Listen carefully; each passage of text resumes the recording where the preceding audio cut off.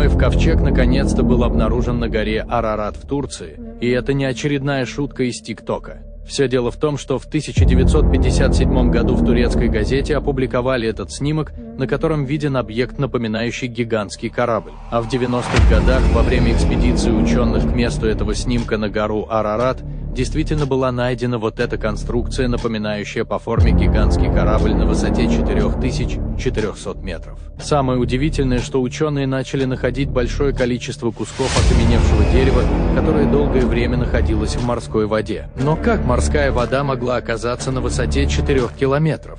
Неужели Великий потоп и Ноев ковчег — это не выдумка, а реальное историческое событие?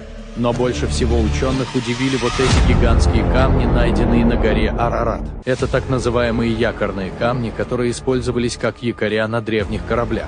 Но самую странную находку оттуда выложили